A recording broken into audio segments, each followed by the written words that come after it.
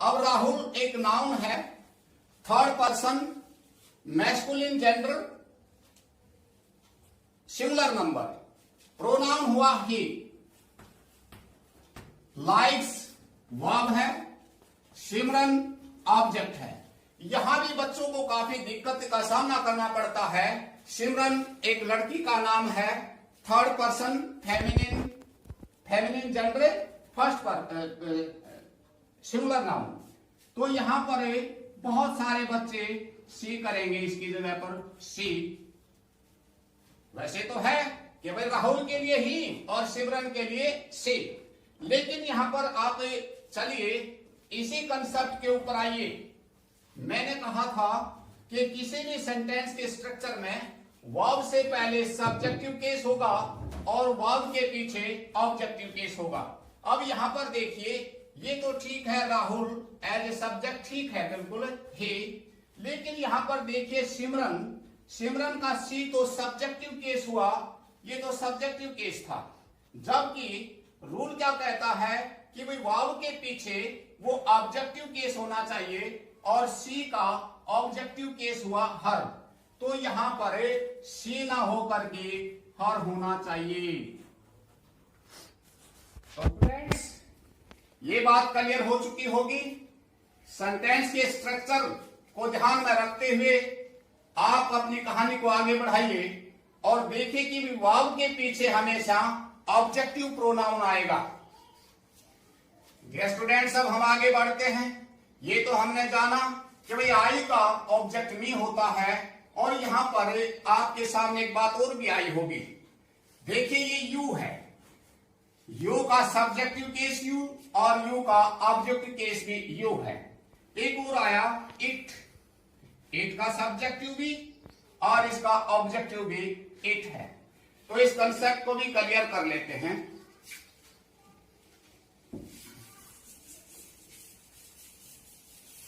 मैंने लिखा I like you, एक लिखा यू लाइक मी।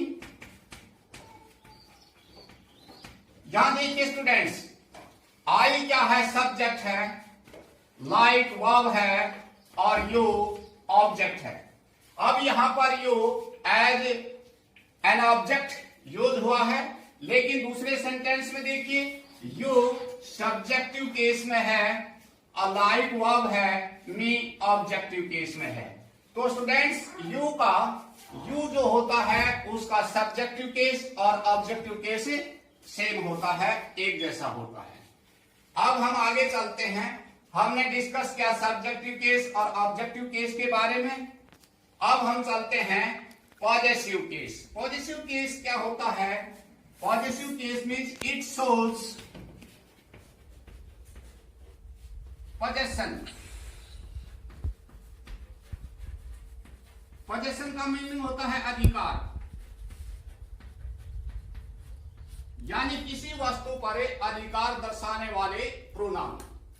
स्टूडेंट्स, अब देखिए ये यहां पर भी बच्चे बहुत ज्यादा दिक्कत का सामना करना पड़ता है बच्चों को।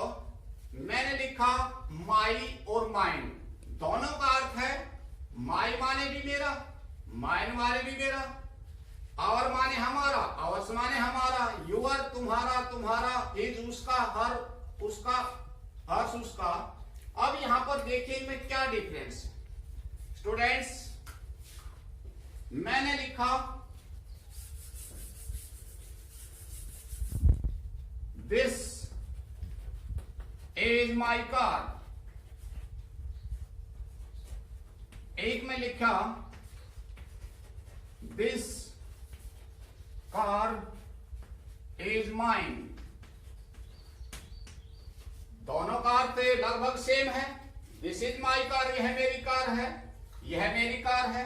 अब यहां पर देखिए ये कार यहां पर एक नाउन है, नाउन, कार एक नाउन है, और नाउन से ठीक पहले माई कार, नाउन से ठीक पहले माई कार, ये तो एक एडजेक्टिव हुआ जो नाउन की क्वालिटी बता रहा है किसी भी नाउन को क्वालिफाई करने वाला जो वर्ड होता है वो एडजेक्टिव कहलाता है, विशेषण कहलाता है।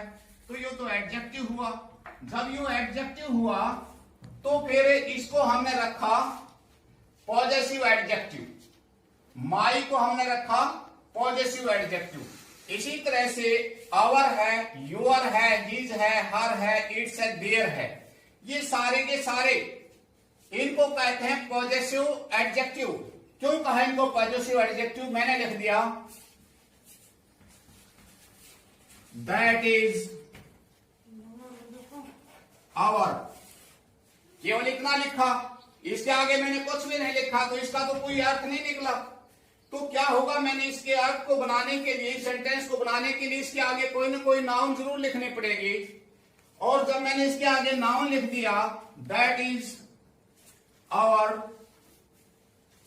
कोई भी लिखिए, that is our house, our house.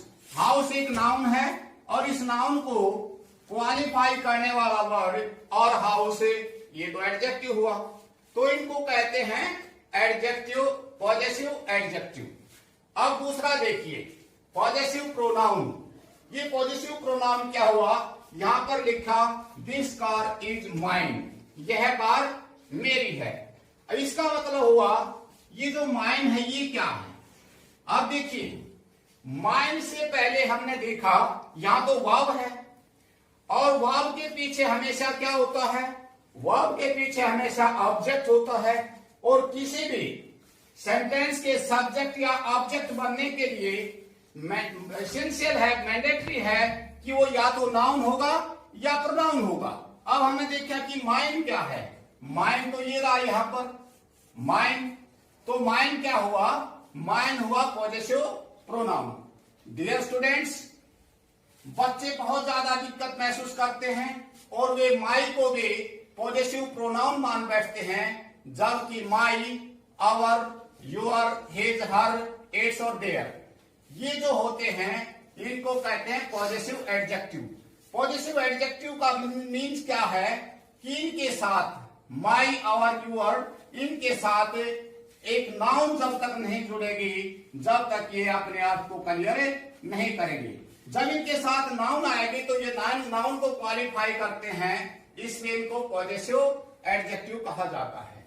दूसरी ओर हमने देखा कि पॉजेसिव जो प्रोनाउन है, पॉजेसिव प्रोनाउन के पीछे कोई भी नाउन नहीं आता, क्योंकि देखिए यहां पर लिखा दिस कार इज माइन, इसका मतलब है car is my car, my car. इस माइन का मतलब भी माई कार है। जब हमने यहां पर एक माइन लिख दिया तो हमने एक नाउन को पीछे लिखने की जरूरत नहीं है। अब देखिए मैं आपके सामने कुछ एग्जाम्पल और देता हूं और बताइए कि क्या वे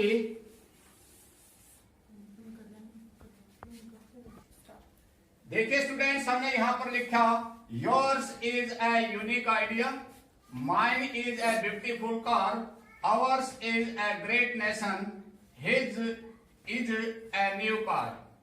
तो देखने में तो शायद आपको कुछ अटपटा लगे, लेकिन स्टूडेंट्स मैं आपको बता दूं ग्रामेटिकली ये चारों के चारों सेंटेंस बिल्कुल सही हैं। वो कैसे सही है देखिए, हमने लिखा यूअर्स और यहां पर एक वर्ब है इज, और इनसे पहले जो भी आया है यूअर्स है, माइन है, आवर्स है, हिज है, उसका एक सब्जेक्ट के रूप में यूज हुआ है। और सब्जेक्ट के रूप में यूज हुआ है तो सब्जेक्ट हमेशा कौन होता है, या तो नाउन होता है या प्रोनाउन होता है।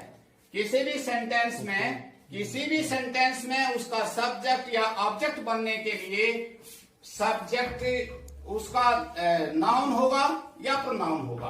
अब हमने यहां पर देखा कि भाई इनसे पहले तो सब्जेक्टिव केस आता है। जब ये यहां पर एक सब्जेक्ट के तौर पर यूज हुआ है तो ये जरूर क्या होगा, एक प्रोनाउन होगा। तो हमने यहां पर देखा यूअर्स, माइन, आवर्स, हिज, ये सारे के सारे सेंटेंसेस ग्रामेटिकली बिल्कुल सही हैं। अब एक और आइए स्टूडेंट्स, यहां पर भी बच्चे बहुत ज्यादा दिक्कत महसूस करते हैं ईट को लेकर के। और यहां पर एक हिच को भी आप देखिए, कई बार स्टूडेंट्स यहां पर भी देखिए, यहां हमने क्या देखा कि यदि हम माइंड को छोड़ दे तो सबके साथ एस लगा हुआ है, आवर्स, योर्स, हर्स, देयर्स। लेकिन यहां पर हिज के साथ तो नहीं लगा, क्योंकि इसके साथ ऑलरेडी एस लगा हुआ है। यदि हम इसके साथ एस लगा दे तो ये हिसिंग साउंड करेगा। और इसी तरह से देखिए यहां पर एक ईट है, ईट को लेकर के भी काफी कंफ्यूजन बच्चों में पाया जाता है। देखिए ईट क्या होता है, बहुत सारे बच्चे इस फर्क को नहीं समझ पाते, ईट्स और इस डिफरेंस को नहीं समझ पाते कि ये दरअसल है क्या। कई बार बच्चे ईट का प्लुरल मान बैठते हैं ईट्स को, जबकि ऐसा नहीं होता। मैं आपको बता दूं, यहां पर आइए एक बार फिर, हरेक जो हमने इन प्रोनाउंस को, जो पर्सनल प्रोनाउन थे, इनको हम 3 कैटेगरीज में डिवाइड किया, फर्स्ट पर्सन, सेकंड पर्सन और थर्ड पर्सन। प्रत्येक कैटेगरी अपने आप में अपना सिंगुलर और प्लुरल लिए हुए है। यहां पर आई का प्लुरल वी, यो का यू भी हो, यू का प्लुरल और सिंगुलर सेम होता है, हे का भी प्लुरल दे होता है, सी का भी प्लुरल दे और इट का भी प्लुरल दे होता है। तो स्टूडेंट्स ये इट और इट्स, इट का प्लुरल नहीं है, दरअसल ये क्या है, ये आपका पॉजेसिव एडजेक्टिव है। मैंने कहा नाउन, प्रोनाउन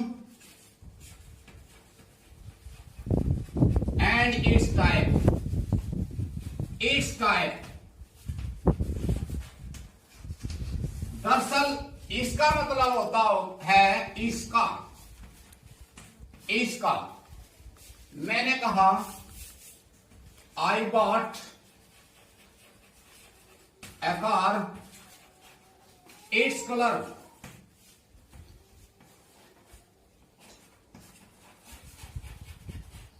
is white, इसका रंग सफेद है।